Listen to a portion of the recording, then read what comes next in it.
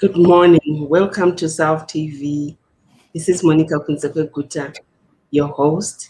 Today I have Reverend TJ Maforo and Mr. Langton Mabhanga. I hope I'm pronouncing it well. Mr. Mabhanga has been doing amazing stuff in Zimbabwe. He's into farming, but because of technical issues, he's facing a delay, but we're hoping that he'll be able to join us. In the meantime, I'll allow Reverend TJ Maforo to introduce himself. Well, wonderful day today, Saturday, the 14th of August. And by the way, this is 4 days away from my birthday. So excited to be getting into my birthday week. Anyway, today we are having an interesting topic. I think that I will just take a very quick recap for you that we started off with a conversation with Reverend Tara Maforo talking about the effects of COVID-19 to the church and how the church has been responding. And we moved on to talking about last week being heroes. We talked to Evangelist Longo.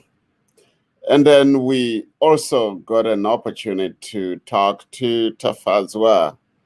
Tafadzwa is a poet, aka Wachikepe. And so that series with artists continued with Alfred, who is a visual artist. So we have had quite a good variety there of our guests who have. Maybe before I get into more details about our guest today, just wanted to find out from you, Monica, if what you have, any insights from the discussions we have had in the last few days. Last few weeks, rather. You know, it's always a learning process from what the initiatives and what is being done in Zimbabwe to combat COVID or to deal with the pandemic and its effects. And getting to know how much is being done. And I think that awareness is important because people need to know that there are resources. People need to know that they can use certain strategies to work around these challenging matters. And then moving on to our artists, I'm so proud of what we have. And I wish we could promote our artists. The literal world hasn't got enough Zimbabweans. It hasn't got enough men as well. And then to actually see some men venturing into that, it is encouraging because it is through these works that children find their role models.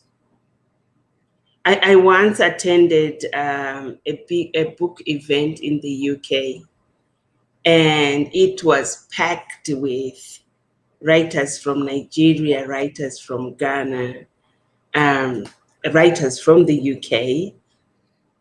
But there was, at the time, I had not written anything. At the time, there was only one Zimbabwean in there. And I thought, isn't it ironic that they say we have got 95% literacy level and Zimbabweans are deemed to be very educated, but they do not use what they learned. They speak well, they are eloquent, there's just so much that they do, they're way ahead. It's not me saying it, is statistics. They say it. In Africa, Zimbabwe is way ahead, but they don't want to venture into writing. But don't you think that many people have written? What we have not done is to use more opportunities like this to highlight what is out there. Because if you go on Amazon and places, I think that we have not used our platforms enough to highlight the many talents, the many books. In fact, there are Zimbabweans who have written books that are used in different courses, not only in Zimbabwe, but in many countries, including the US. So why don't we use our platforms to highlight the authors that we have? But I think we have now started. We have now started because I think some of the platforms, people do not have access to them until and unless somebody really tells them there is this going on, there is this going on. And you know very well that the Building for the Future conference is a great platform. What we do is to basically highlight what people are doing and talk about those. So I think this is what, I don't know if you're able at all to show a brief picture on the flyer of the project we want to talk about today. But let me take a moment of privilege here to introduce Langton Mabhanga. And I know that you are putting every effort to get hold of him. And if we are not able to get him online on this conversation, we should be able to reschedule that. You probably are trying to connect to him, but let me say this. Langton Mabhanga is somebody whom I know very well as an enterprising and hardworking citizen who has his hands and his feet in many spheres of life in Zimbabwe. In the corporate, he has left his footmarks in the corporate, and he has found his way back into the corporate, as we will talk a little bit about him. But he has served as both a YMCA volunteer, a YMCA youth leader, a YMCA board member, and a YMCA chairman at a national level, as well as serving at Africa level and world level. So I know that he is somebody who has a lot to share with us. And now, from his business acumen, his social skills, his philanthropy, we believe that he is a most befitting candidate for a conversation, today. Now, he has taken all his skills and brought them to his plot, which is 2 hectares. I don't know if everybody understands hectares, but it is within that same place, same piece of land where his house is, but he has developed a 2-hectare farming model, which helps him and his family to be self-sufficient, to eat what they grow, to feed on the meat they have, and therefore it in that same piece of land, because the issue we want to talk about is productivity, because this is an issue people struggle with, and many people in diaspora, we are wishing if we can have access to land which the government is distributing. And if we can get that, that is a bonus. I say it is a bonus because almost every Zimbabwean has a piece of land in the rural areas. Many of us have left that piece of land idle. And it is that piece of land. I know that, Monica, your dad has his own piece of land, and I think he grows, is it tea or coffee? My dad has got tea, coffee, bananas, pineapples, lychees, you name it. Sugarcane, everything. So Everything is there. I think this is the concept now that Langton brings to the table, that on your piece of land, you can bring your sustainability.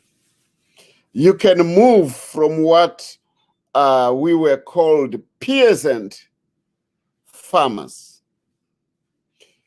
to produce not only what feeds you, but to produce for the market.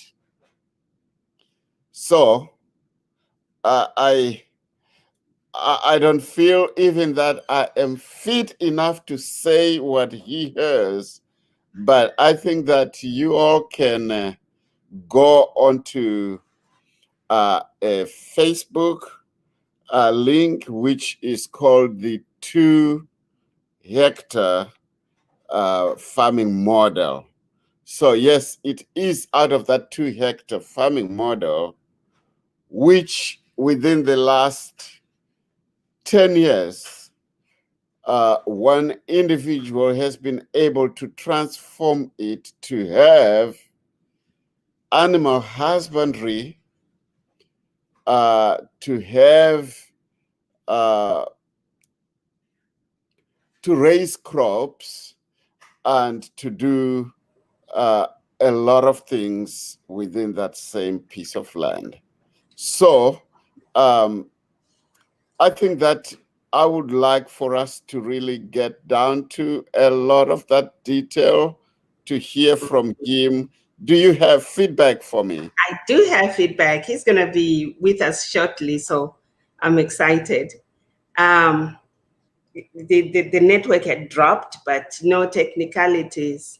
But he's getting ready, so he'll be with us shortly.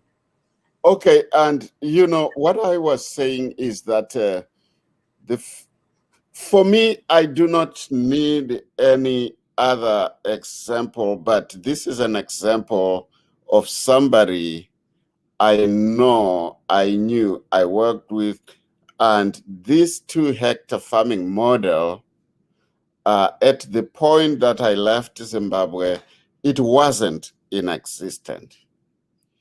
But a few years later, uh, that piece of land has been transformed. So now, one of the excuses that our young people in Zimbabwe have given for taking drugs is that they do not have anything to do. And I think that this is one of the things I do not know if we really need to place that blame on the government. I think that people need to start coming up with an idea that says, I start with what I have. Mm-hmm. Like So so you, go ahead, and I had asked you about your dad. So this is not strange information to you. This is something you grew up around. So you understand what I'm saying. I do understand. As you mentioned, there is no family that hasn't got a rural area, a homestead in the rural area. There isn't. And if there are those who don't have, at some point, one of the parents decided to abandon the land and the family in the rural areas and just take up the city lifestyle and deprive the children of knowing and getting to know their grandparents, getting to know about their homestead, and getting to know about their village life. And because of that disconnect, it is then difficult for a second or third generation to go and connect with people that they don't know. Because at some point, to some people, living in the suburbs was the most important thing. And so they changed their accent, they changed how they see people who come or even see their family members who live in the rural areas. They started seeing them as people who were not on the same level as them. And there's just that is where now the crisis is coming, where someone would say, I live in Harare, I've got nowhere to go. They've got Yet nowhere to they do go. have somewhere to go. They do have somewhere to go. They just need to drop the pride. So what comes out of the land is what feeds you even when you are in the city, right? Mm-hmm. In fact, is it not true that whenever people travel, even those who don't have any presence in the rural areas, is it not true that when they visit the village for a funeral, wedding, whatever, They they come come back back to the city loaded loaded. with stuff from the village?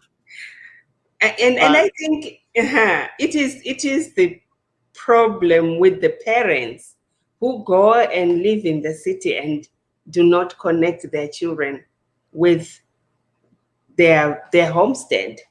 I remember one of our relatives, who was way older than me, came to the rural area, and my dad took him to milk the cow.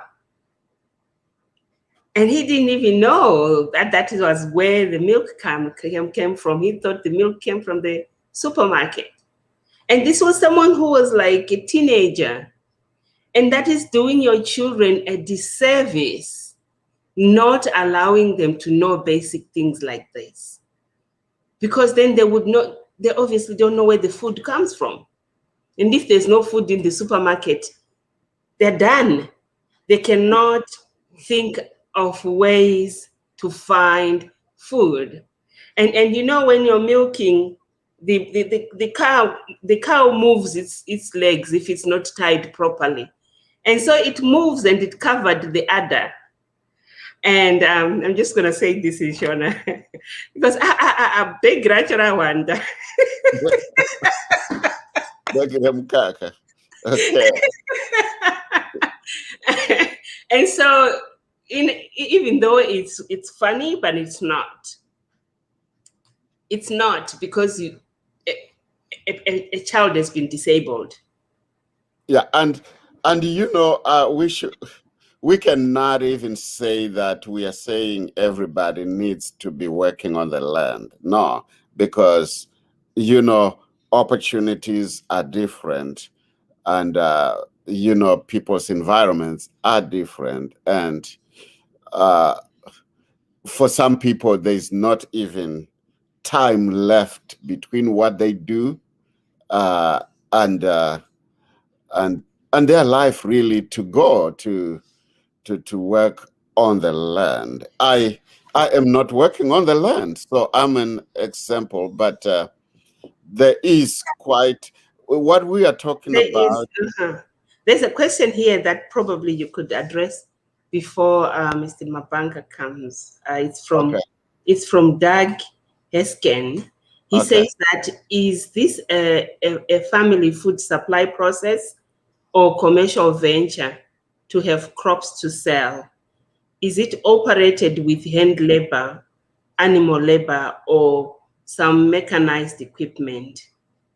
And do the farmers have access to irrigation? Probably uh, some of the answers will come from Mr. Mabhanga. But this is general, and I think that as a way to answer this, it differs, it depends from one context to another. There are commercial farmers who use mechanized and irrigation and all that. They have, 2 cycles of farming. They have the winter crop, they have the um, rainy season, and so forth. And these are operating at a very, very, very commercial level. That's one end of the spectrum. The other end of the spectrum is where you have what we call peasant farmers. And this is how probably I grew up as a peasant farmer, people who raise crops for their consumption, period. But they may have extras which they sell. Um, and some, of course, they will sell even if they don't have extras, just to get some money for now and buy food for the rest of the year later. And but so we have the commercial farmer at one end, then the peasant farmers who are mostly the poor. These peasant farmers, they do not use any form of mechanization. Everything is from working with their hands on the land, um, with their they use animal drawn plows, animal drawn scotch cards, animal drawn everything. But to weed and everything, it's from the hands. But that's a different world from those who grow on a massive scale.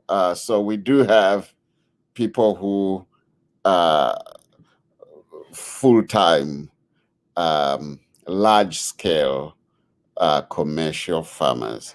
But then we have another section that is somewhere there in the middle.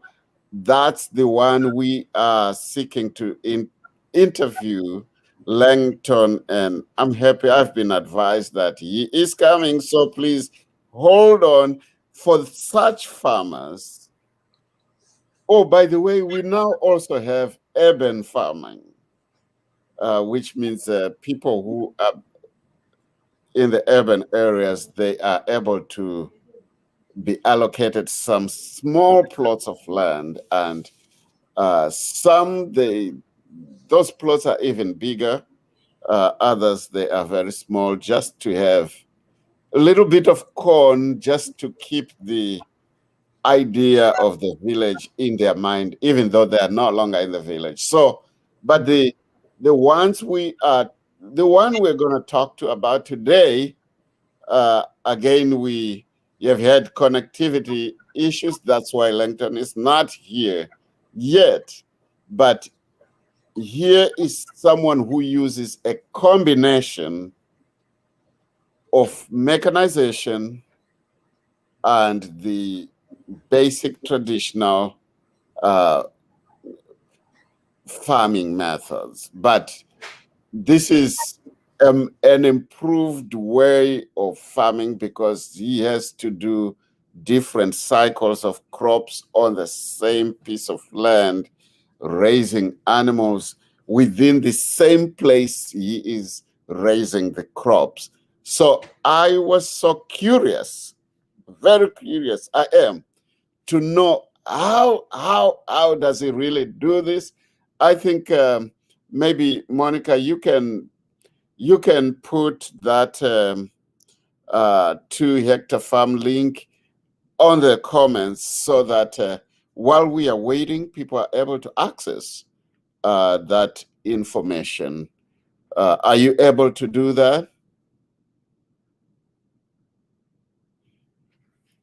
You might have to unmute here. I will share his Facebook page here, and you will see all the activities that he does. Not just farming, he helps people in the community and all that.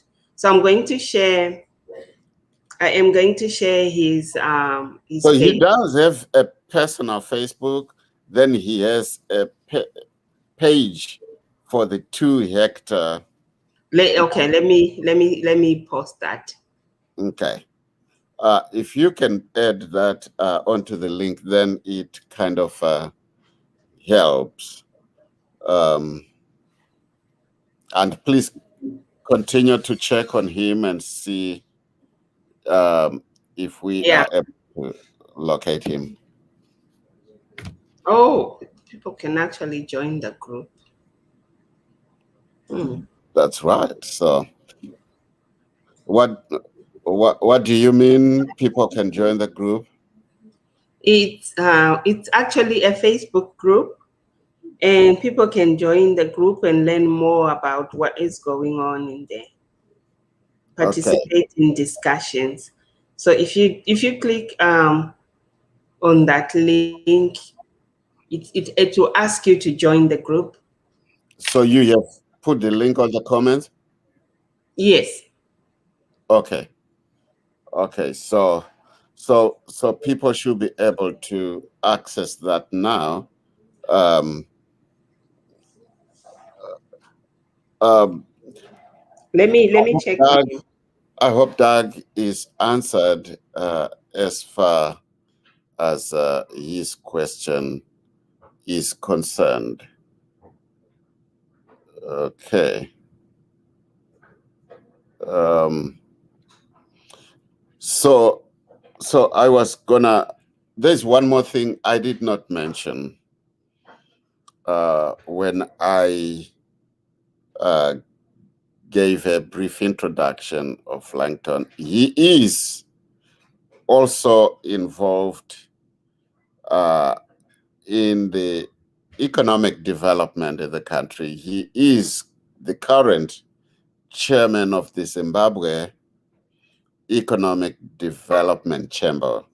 So, very much involved at that level. And he is an analyst as well, regularly used by the ZBC TV. So, oh man, I am hoping we can get him here.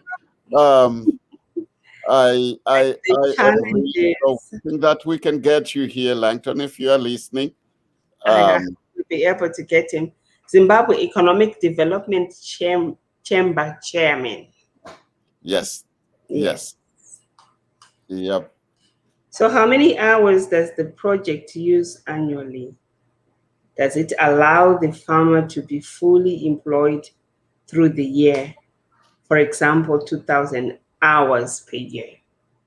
I think I don't know. I don't know how Who, to answer that one. whose question is that? Doug, Doug is asking. It's Oh a man, follow-up question. Doug is putting you in the hot seat. I will take that. I will take that. I I hope I get a good reward from Langton here, but let's see.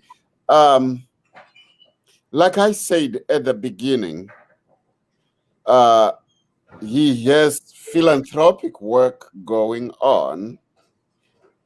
He is involved in the social sector. And yes, he is the current chairman of the Zimbabwe Economic Development Chamber. And that's almost like a full-time engagement that he gets to go to meetings uh, overseas and different places. But the work on the 2 hectare model, uh, it continues to go on every day.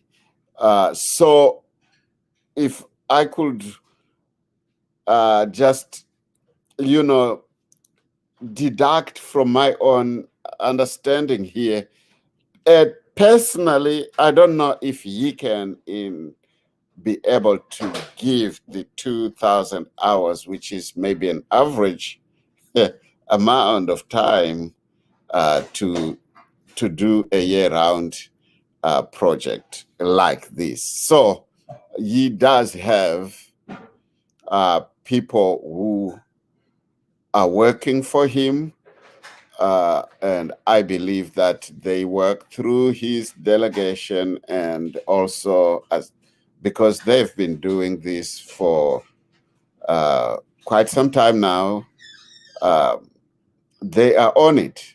So I I would love to hear from him exactly the amount of time that he individually invests in the model.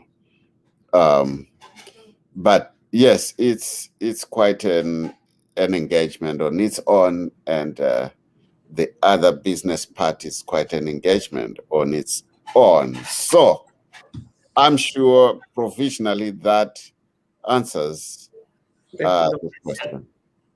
It looks like we're still having technical challenges where there's no connection.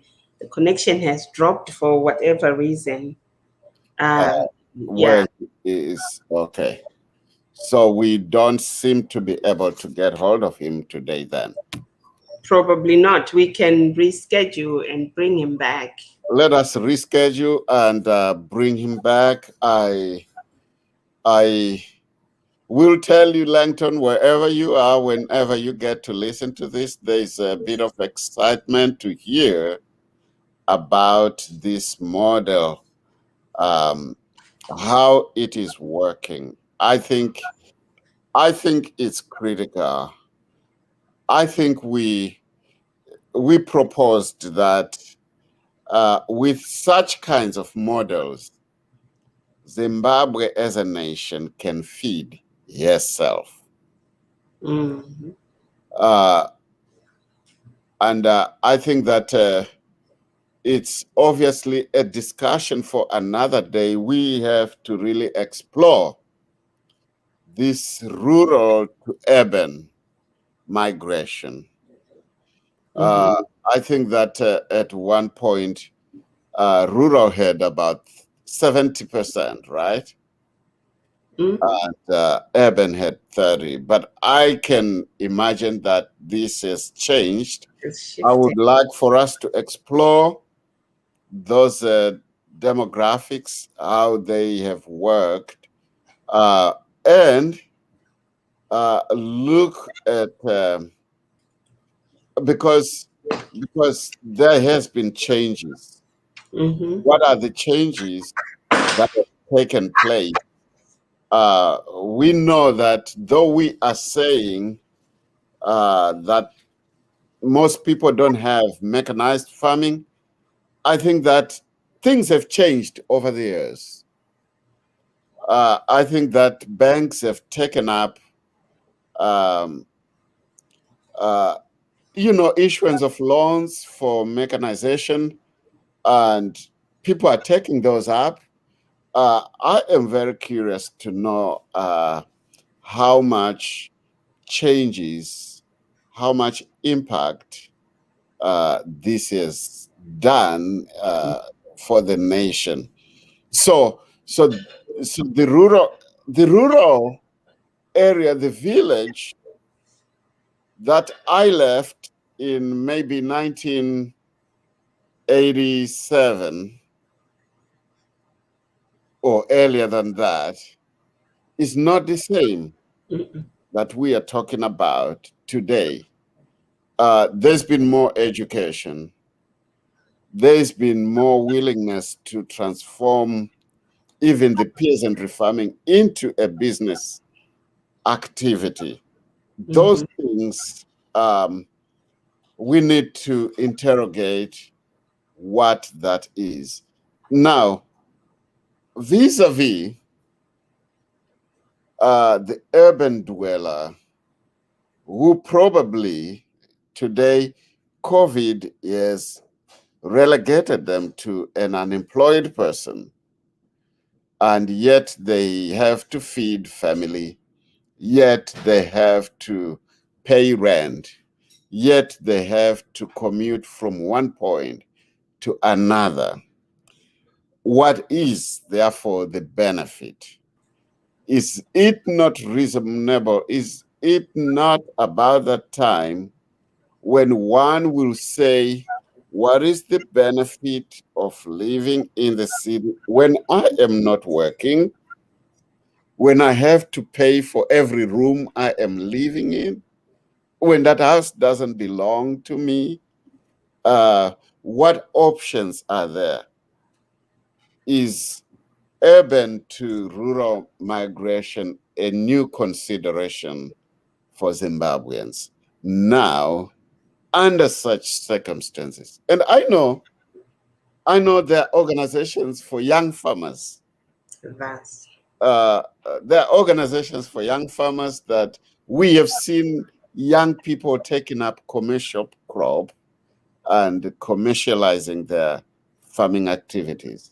mhm. So, how do we bring this conversation to bear so that people appreciate that there is an opportunity? The opportunity is the piece of land that is lying idle. I have one that is lying idle that belongs to my parents that I must also activate. But I think that's a consideration for Yeah. every person to say, how do I maximize Mm-hmm. little land I have for optimal production? So that's the conversation. That's the conversation. And are we willing to go into that conversation, or have we become so urbanized to the extent that we will not leave it for anything, even if it's not productive, it's not paying, it's not sustainable? So I think, don't you We think that's a yeah, we can call back. We can call back, especially the young farmers. yeah, The young farmers can come and tell us, those who decided to go back to the rural areas, they can tell us what made them decide to do that, and what sort of production is happening, and what can they teach us about that transition. okay. Yeah. Well, let's bring that to perspective, and I would. I'm sorry for all our followers who were intending to engage and have a conversation with Langton. I will promise you that We'll bring him back. everything being equal, we will have him here next week. So uh, let us not lose hope.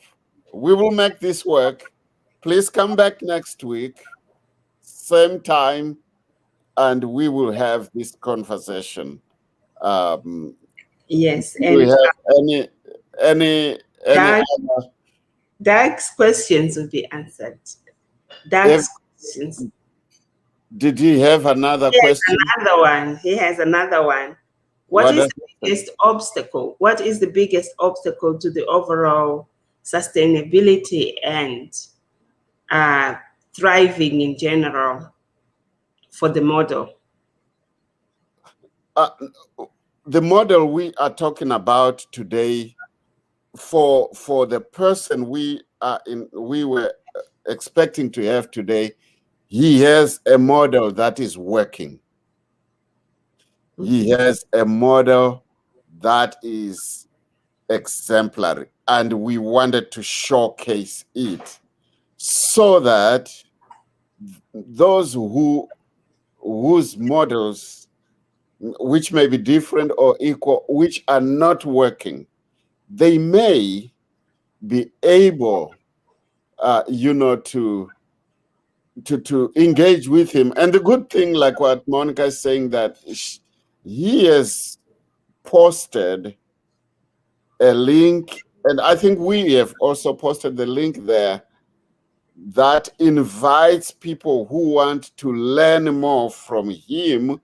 He is willing to share his experience. So this really was a platform for him to share his experience the same way he shares on that page.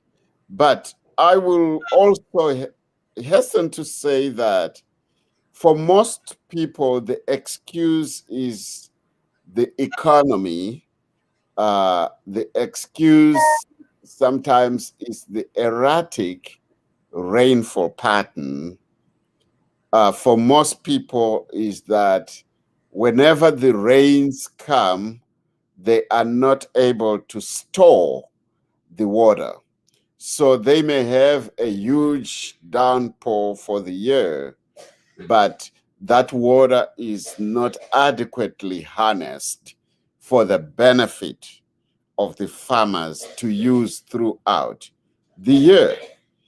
I think that that's probably one of the major priority I have observed with the current government, resuscitating, uh, renovating, building dams. And I think water has been a huge, huge issue.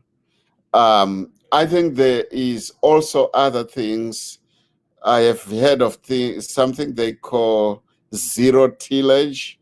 I have seen that many farmers are moving towards that because of these uh, land use issues, and also the climatic issues. Uh, when I was in Zimbabwe, this model that I'm talking about, which we have not discussed today, the zero tillage, which is let's see, it used to be called God's way, farming God's way, which means uh, people are being taught new patterns of not exhausting the soil. Mhm. I think the government is calling one such initiative Pfumvudza Intwasa, a project in which people are being shown how to yield the best from a piece of land. So Mhm. maximizing the available land for optimal yields and production. So that's what it is. But uh, I hope this model works. I hope this model is multiplied. I would want to do it because I think that it's it's the way of securing, uh, for me, without all the mechanization. I would thinking about how do I secure, how do I employ the best land use patterns for best yields. I think that's where Langton's model is coming from. So looking forward to have him, and want to thank you, uh, and hope that I have answered your question. But I would like to invite you next time when we meet again. But please visit his page and see what all we are talking about. So thank you, everyone, for this time you have spent with us, and we will see you again for this particular series on Friday and Saturday. Thank you, everyone. Tomorrow at 12 noon Mountain Standard Time, 1 p.m. CST, we are going to be talking about what can we do to stop child marriages in Zimbabwe. So tune in again on South TV and we address this thorn in the skin. Thank you so much. Thank you.